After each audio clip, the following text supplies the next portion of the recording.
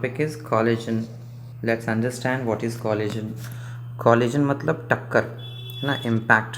किसी भी दो बॉडीज़ के बीच में जब टक्कर होता है उसे हम कॉलिजन कहते हैं। तो जब दो बॉडीज़ आपस में टकराएंगे तो मान लो ये वो सावर का गेंद आता है ना, रबर वाला, तो ये जब इसके साथ ये होगा तो टकराने के दौरान क्या होगा, डिफॉर्म होने का कोशिश करेगा, कुछ इस तरह से दबेगा, है ना।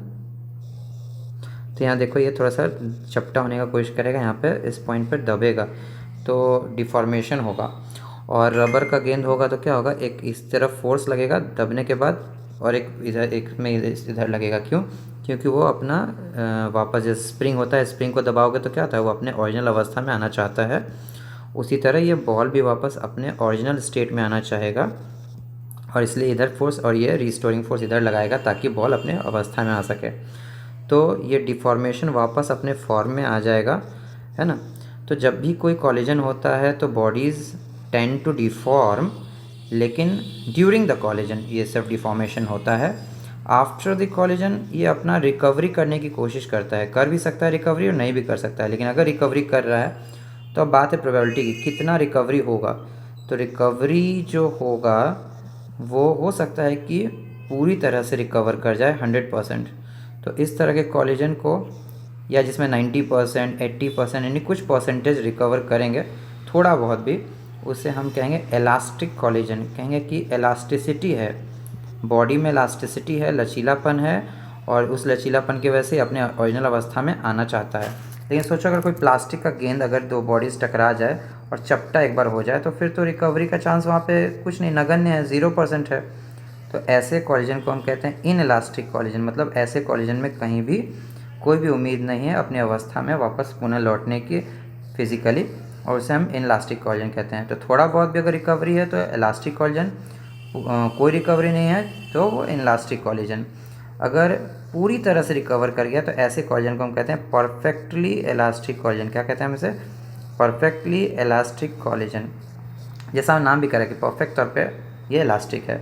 और ये भी ये अलग कॉलिजन नहीं, यानी कॉलिजन तीन तरह का मत समझ लेना, कॉलिजन दो ही तरह का, या तो इलास्टिक कॉलिजन या तो इन इलास्टिक। इन इलास्टिक में कोई भी रिकवरी नहीं, इलास्टिक में थोड़ा रिकवरी या 100% भी हो सकता है। यानी इलास्टिक कॉलिजन का ही स्पेशल केस है तुम्हारा कौन? Perfectly elastic collision. दिक्कत है तो पुनः वीडियो को आगे पीछे करके देख के समझ सकते हो।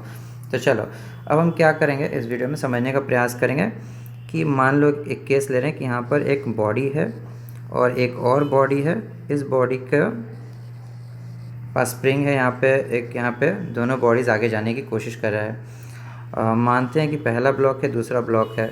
कॉलिजन को समझने के लिए इसमें स्प्रिंग हम क्यों लगाएं, तो बात यह है कि जब बॉडीज़ टकराते हैं तो उसमें रिकवरी होता है, रिकवरी का फोर्स लगता है, रिस्टोरिंग फोर्स। उसी को दर्शाने के लिए यहाँ पे हमने क्या लिया है, स्प्रिंग का सहारा लिया है, ठीक है। और पीछे वाला का स्पीड अगर अधिक रहा होगा, u2 का स्पीड, और u1 के मुकाबले हम मान के चल रहे हैं कि u1 का स्पीड कम है, u2 का ज़्यादा है, क्योंकि पीछे वाला का स्पीड ज़्यादा होगा तभी जाके इसको टक्कर मारेगा, ठीक है। थोड़ी देर बाद क्या होगा, they will come in contact. दोनों मूव कर रहा है तो हम थोड़ा आगे फिगर नहीं बना के हम यहीं पे बना दे रहे हैं, ठीक है। They will come in contact, अभी भी दोनों चल रहा है, क्योंकि पीछे वाला का स्पीड ज़्यादा है तो दे विल कम क्लोज़र। थोड़ा टाइम के बाद दे विल कम क्लोज़र और ये स्प्रिंग चपटा हो जाएगा। फिर थोड़ी देर बाद और क्या होगा, और नज़दीक आ जाएगा, और नज़दीक आ जाएगा। अच्छा, जैसे जैसे ये सब नज़दीक आ रहा होगा, दोनों स्प्रिंग्स नज़दीक आ रहा होगा, स्प्रिंग क्या चाह रहा होगा, अपने ओरिजिनल अवस्था में आने के लिए, और दोनों तरफ फोर्स लगाएगा तो इसके स्पीड को क्या करेगा, चूँकि इधर मोशन हो रहा था इसका और फोर्स भी इधर ही लग रहा है तो इसका स्पीड धीरे धीरे इंक्रीज़ करेगा। वहीं इसका मोशन आगे हो रहा था लेकिन फोर्स कहाँ लग रहा है, पीछे लग रहा है, तो इसका स्पीड धीरे धीरे क्या करेगा बाबू, डिक्रीज़ करेगा, है ना। तो एक समय आएगा जब दोनों के स्पीड्स बराबर हो जाएंगे और ये वो वक्त होगा जब मैक्सिमम कंप्रेशन होगा स्प्रिंग में। क्यों? क्योंकि इसके बाद अब क्या होगा, ये मैक्सिमम कंप्रेशन हो गया तो अब ये क्या होगा, रिलैक्स होना चाहेगा।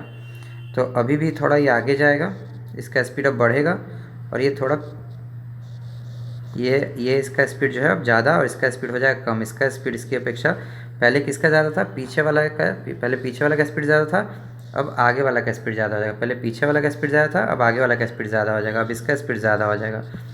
तो उससे क्या होगा, ये आगे की तरफ निकलने लगेगा और इसके रिलेटिवली ये पीछे छूटने लगेगा। मतलब ये पीछे नहीं जाएगा, लेकिन इसके मुकाबले ये ज़्यादा गति से निकलेगा, तो दोनों में अब सेपरेशन बढ़ना शुरू होगा और स्प्रिंग अपना धीरे धीरे रिलैक्स होने लगेगा। इसलिए हमने यहाँ पे कहा था कि ये मैक्सिमम कंप्रेशन का स्थिति बन रहा था।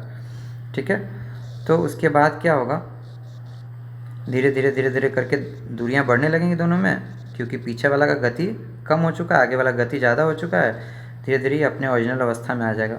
उसके बाद मान लो इसके पास स्पीड v1 आ चुका है, इसके पास स्पीड v2 आ चुका है। चूँकि अब जस्ट कांटेक्ट का ये स्थिति है, इसके बाद क्या होगा,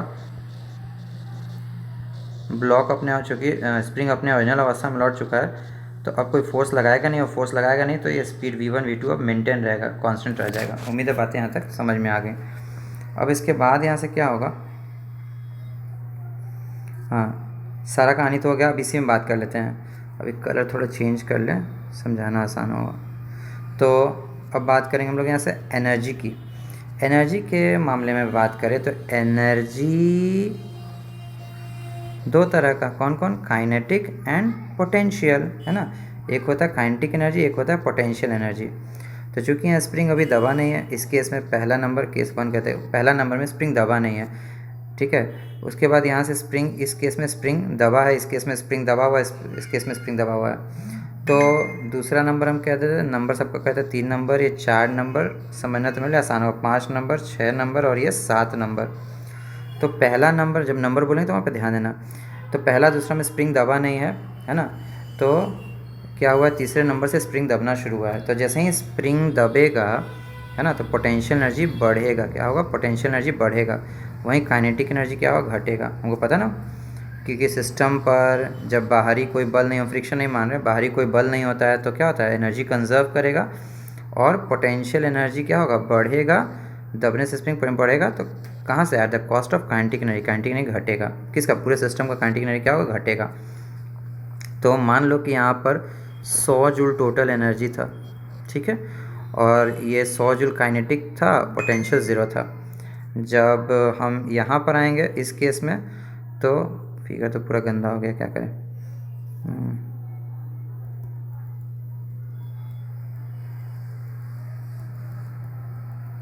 नहीं नहीं,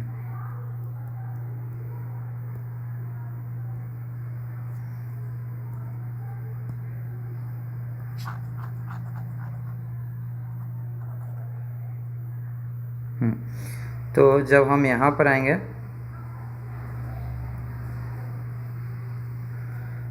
कहाँ पे, यहाँ, हाँ, तो यहाँ पे 100 जूल था। कौन सा 100 जूल था, हमारा काइनेटिक था, पोटेंशियल 0 था। यहाँ पर आते थे पोटेंशियल मान लो 10 हो गया, तो अब काइनेटिक कितना हो जाएगा, 90। देखो फिर से 100 है, अब यहाँ और दब गया, तो अब पोटेंशियल और बढ़ के 20 हो गया, काइनेटिक कितना हो गया, 80। गौर देखो, टोटल 100 जूल, टोटल अभी भी 100 जूल, टोटल अभी भी 100 जूल। यानी क्या देख पा रहे हैं कि पोटेंशियल एनर्जी भले ही हमारा क्या हुआ है, बढ़ा है, काइनेटिक एनर्जी भले ही हमारा घटा है, लेकिन जो total energy, mechanical energy conserve कर रहा है। अच्छा, वापस फिर से ये मैक्सिमम अवस्था था, वापस 5 नंबर में हमारा स्थिति सामान्य होने लगा। तो मान लो इसमें अभी पोटेंशियल 10 है, काइनेटिक 90 है। वापस से ये 100 हो गया और ये क्या हो गया, 0 हो गया, क्योंकि अब स्प्रिंग अपने ओरिजिनल अवस्था में है, काइनेटिक एनर्जी 100। क्या देख सकते हैं, काइनेटिक एनर्जी हमारा इनिशियली और काइनेटिक एनर्जी हमारा फाइनली, दोनों क्या है, kinetic energy initial is equals to kinetic energy final, दोनों बराबर है ना। बहुत ज़्यादा किताब में गलत लिखा रहता है कि काइनेटिक एनर्जी कंजर्व करता है इस तरह केस में ये कौन सा केस है, ये है परफेक्टली इलास्टिक कॉलिजन का है। परफेक्टली इलास्टिक कॉलिजन है क्योंकि स्प्रिंग जो है अपनी पूरी अवस्था को रिकवर कर चुका है, और इसीलिए इसे कहेंगे हम परफेक्टली इलास्टिक कॉलिजन। तो कंजर्व को क्या, sir kinetic energy initial final बराबर, तो कंजर्व हुआ नहीं बाबू। गौर देखो, हर जगह सेम नहीं है, हर जगह काइनेटिक 100 था, 90 हुआ, फिर 80 हुआ, हर जगह काइनेटिक एनर्जी बदल रहा है। लेकिन कंजर्व का मतलब कहता है कि अभी 100 है, जैसे मैकेनिकल एनर्जी में कह सकते हैं कि 100 है, हमेशा 100 ही है किसी भी मोमेंट पे। तो कंजर्व मतलब हमेशा सेम रहना। तो इसमें तुम क्या कह सकते हो, kinetic energy before the collision initially और काइनेटिक एनर्जी फाइनली, दोनों आपस में क्या रहेगा, बराबर रहेगा। अच्छा, अब आते हैं हम लोग मैकेनिकल एनर्जी की। काइनेटिक एनर्जी का बात हो गया, पोटेंशियल एनर्जी तुम समझ ही चुके हो।